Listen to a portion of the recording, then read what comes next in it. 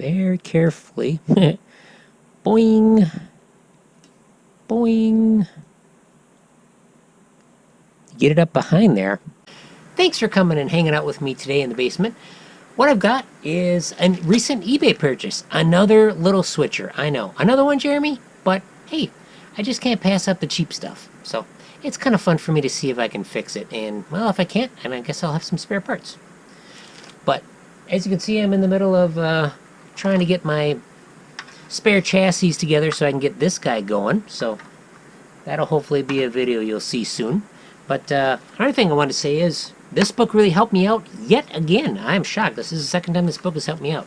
This little switcher here, which we'll open up in a second, came out of this Commando assault train from 1983. So I'll give you some close-ups of that picture, but that certainly looks pretty cool, and definitely be fun to play with, that's for sure. But a DC only packing. Well, we're going to take it apart and see if we can get her fixed. So I paid 20 bucks for this, which might be too much, but that's okay. Plus a little bit of shipping.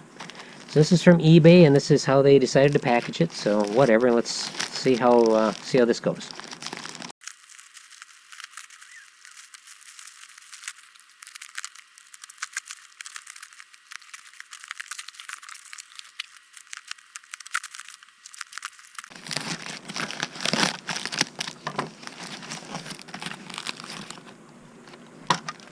Here we go. This was purchased as is for parts, and it comes with what I believe to be the weight.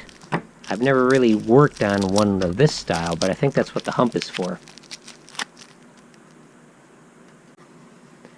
Okay, there's our shell. 1982. Now, the reason why this doesn't have any decals on it is the set came with stickers that the new owner was supposed to apply, and either these never got applied or they fell off. Probably they fell off, I'm guessing.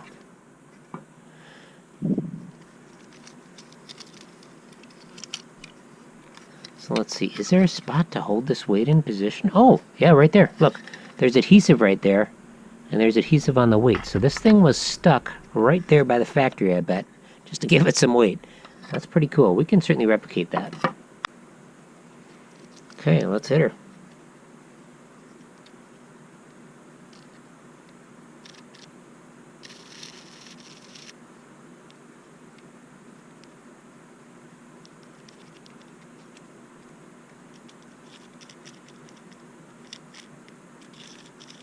It's running. Not very good, but it's running. Let's see if I can make this work.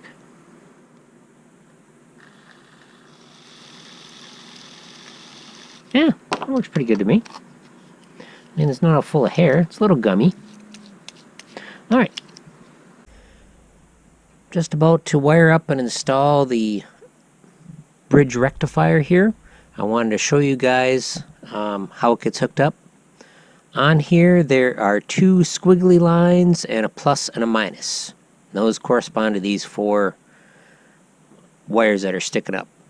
The squiggly lines represent alternating current, and those go down to the track power. And how do you know which ones are track power? Well, on this example, it's the black leads. One goes to this strip, which is the axles for the wheels.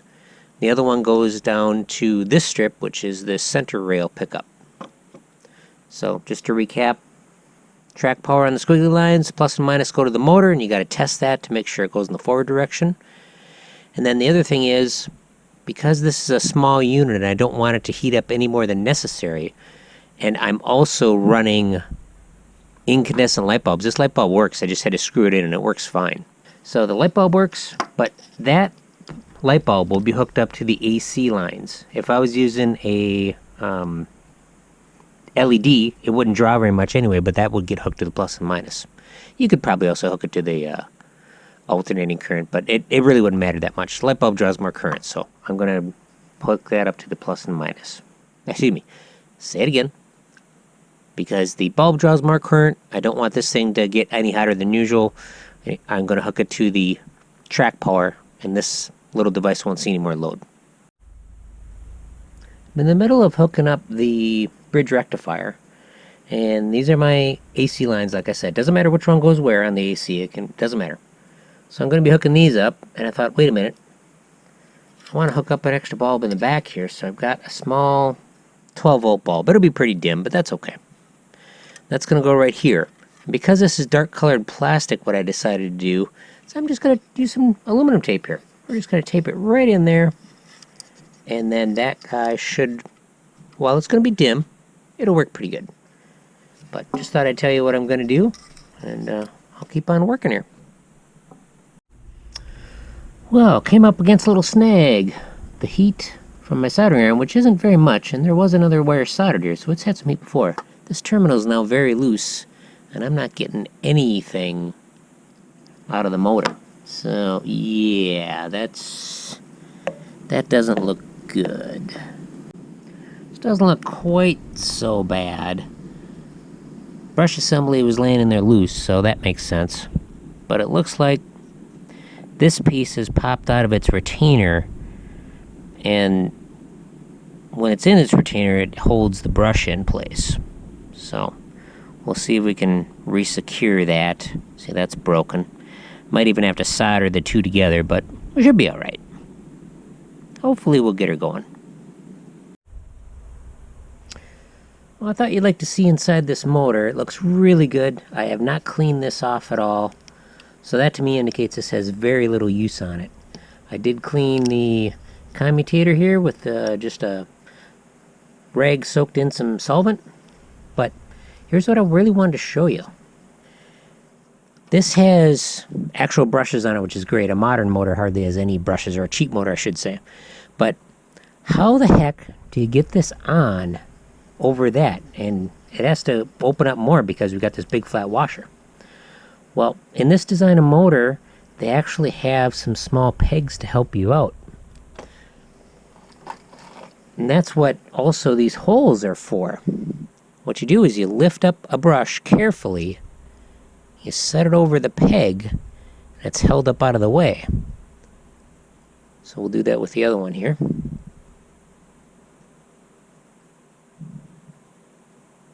Very carefully. Boing. Boing. Get it up behind there.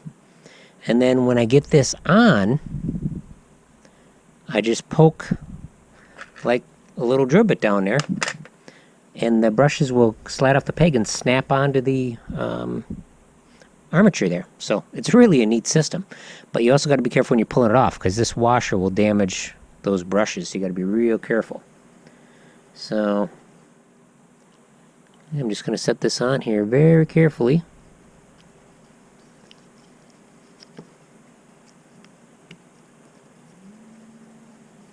And then we'll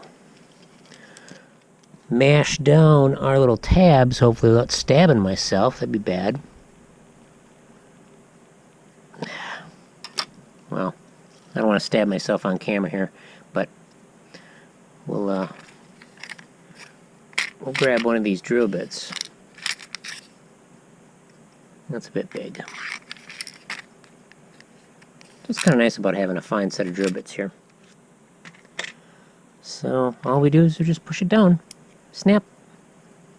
Snap. Now I'll hold the cover on. We'll just verify it works here.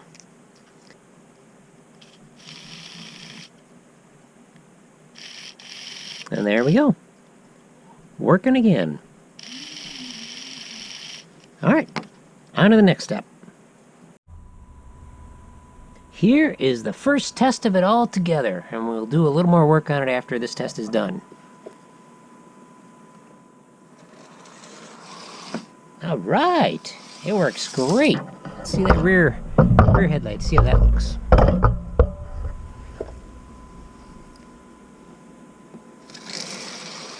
That works good.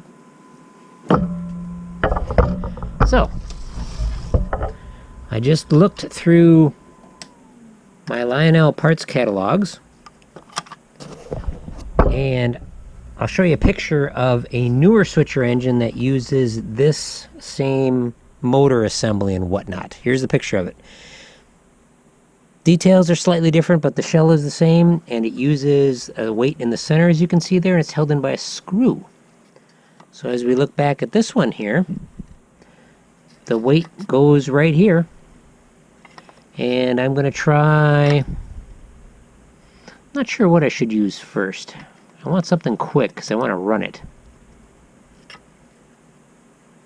I'm going to try a little super glue. We'll see if that holds it in. If that holds it in good enough, we'll go there. Otherwise, maybe some double-sided tape or something.